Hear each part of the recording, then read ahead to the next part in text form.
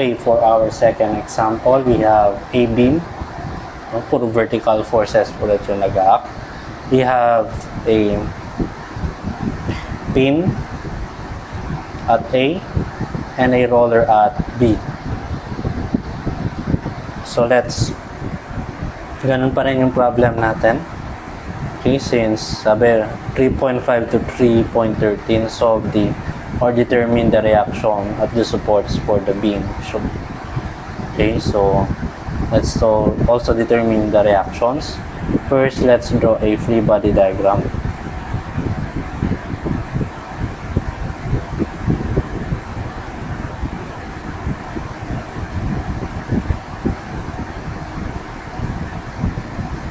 So that is the representation of our beam.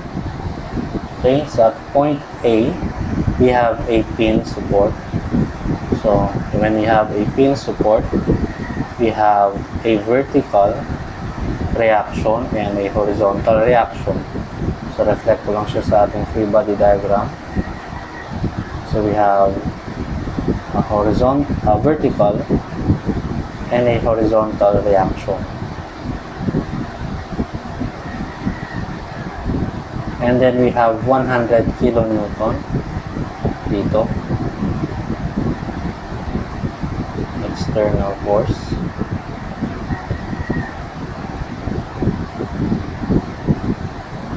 And then sa roller we have, it follows the direction of the surface. So kung horizontal yung surface, perpendicular yung ating reaction dun sa horizontal surface na yun. So magiging siyang vertical reaction din. So we have reaction at point B or RB. And then ginagawa natin sa ating distributed force is we get the equivalent resultant or the equivalent concentrated force of that distributed force. So ano yung equivalent ng 20? So, kunin mo lang yung area. So, ano yung area ng distributed force na to? So, the area is 20 times 6. Yung area niya. So, it is 20 times 6. That is 120 kilonewton.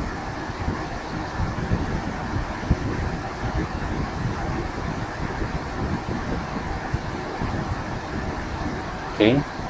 So, that is 20 times 6.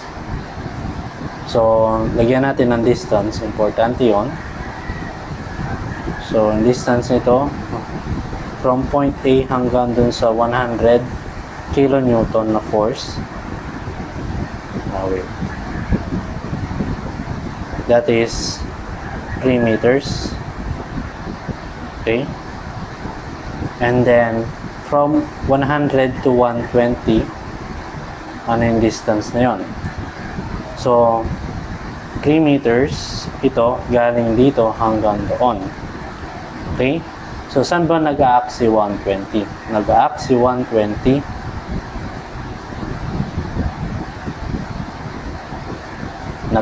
120 doon sa gitna ng distribution.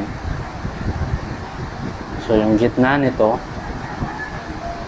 gitna ng distribution is, kung 6 meters yung distribution, 3 meters, 3 meters. So, ibig sabihin, from this point hanggang doon, okay, that is 3 meters na to, plus 3 meters, that is 6 meters.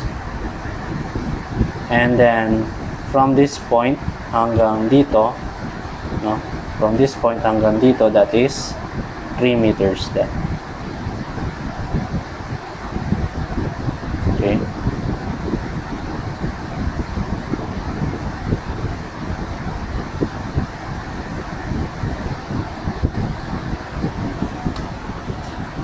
So let's now solve. So the first solution is, or the first step is you take either summation fx, summation fy, summation moment. Ikaw yung bahala. Pero I suggest you should always start with summation moment.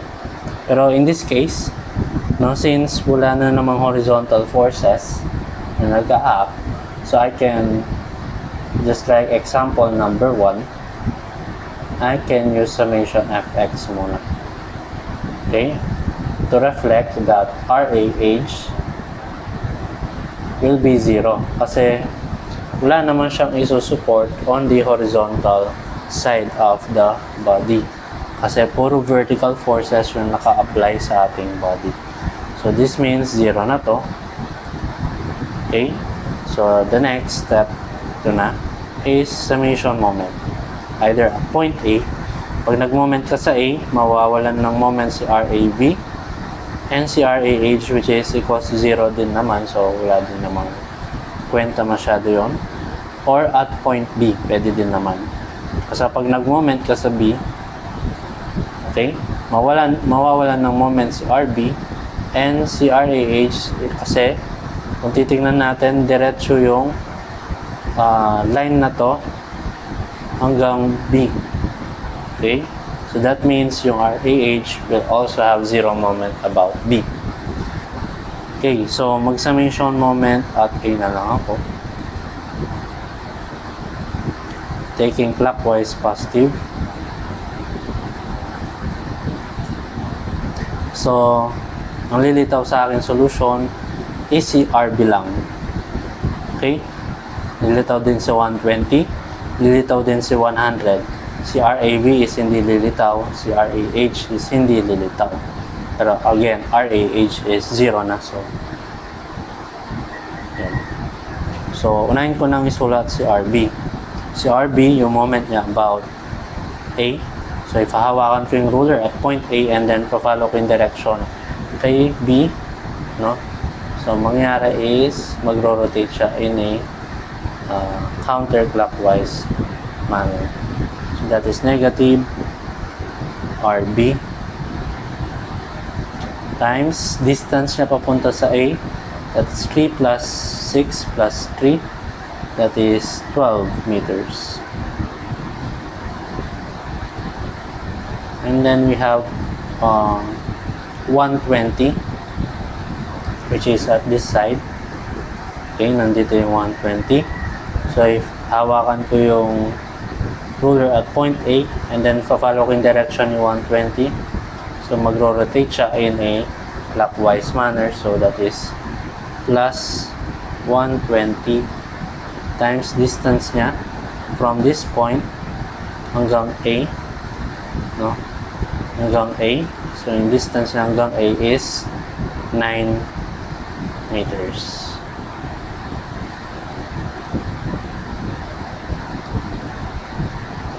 That is 9 meters.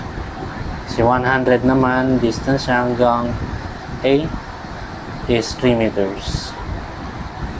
And yung moment din 100 about A is clockwise, so that is plus 100 times 3. And then wala nang force na lilitaw sa ating summation moment A equation. So equate na natin sa 0. So we just transpose RB. Pag transpose natin, magiging 120 times 9 meters plus 100 times 3 meters all over 12, no, para ma-isolate yung RB. Okay, kailangan natin divide both sides by 12, kaya mapupunta lang yung 12 on the other side. So magiging 120 times 9 plus 100 times 3 divided by 12, that is 115 kilonewton. Okay, so this is 0 kilonewton. Ito yung unang answer natin, which is napakadali. And then second answer is RB 115 kilonewton. It turns out to be positive. Ibig sabihin nun, I have the correct assumption that RB is vertical upwards. No? Yun yung una kong inassume. Upwards in direction. Okay, so I will then solve ulit, no? Dito sa second example, papakita ko ulit in two different ways. Pero sa mga ongoing examples, hindi ko na siya papakita in two ways. So, unahin ko yung pinaka-simple, summation Fy equals 0. So, when we take summation Fy equals 0, tingnan natin yung ating free body diagram ulit. I have RAV, positive, since pataas. RB, since pataas din siya, positive din. I have 100 na pababa, so that is minus 100. I have 120 na pababa, so that is minus 120. So again, wala na tayong minumultiply na distance since we're talking only about, in this part, about vertical forces. Okay?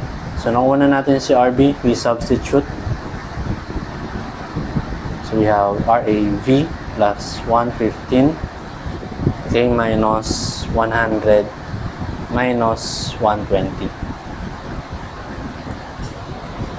So that is 115 plus, so we just transpose lahat ng numbers on the other side of the equation, and then iwan natin yung variable which is, or yung unknown na si RAV sa side na to. So 115, so magiging siya negative on the other side, plus 100, yung 120 magiging positive on the other side, so that is 105 kilonewton. So positive na po ako indicates that I have the correct assumption that RAV is acting vertical. Okay. On the next example, siguro, makita ko na I will assume a wrong direction first, no, para makita natin ano yung maging apekto niya sa solution. And then next, we have summation moment at A. So ito yung first alternative.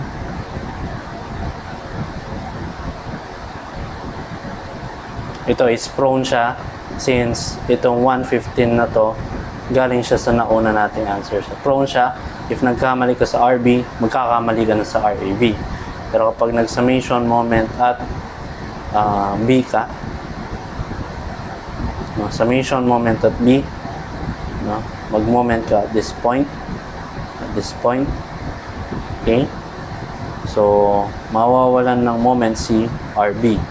Yung lilitaw sa equation mo is si RAV, okay, yun lang, kasi si RAH is yun nga, diretso siya papunta sa point B. Summation moment at B equals 0. Summation moment at B equals 0. So let me zoom out. So we have 100 like unahin ko na yung RAV. RAV is gonna produce a clockwise moment about B, so that is positive times 12 meters distance siya papunta sa B, and then si 100 is will produce a counterclockwise moment about B, no? Again, yan siya, ito yung point B, hawakan ko sa point B, tapos sundin ko yung direction ni 100 which is pababa, so that is, nag-glitch lang siya, sorry. Yan, hawakan ko at point B, and then follow ko yung direction ng 100, so it will produce a clockwise moment or counterclockwise moment, I mean. So that is 100 times negative 100 times 9, and ganun din si 120, so that is negative 120 times 3 meters yung line niya sa B, so equals 0. So we transpose and we divide both sides by 12 pa rin para maiwan si RAV.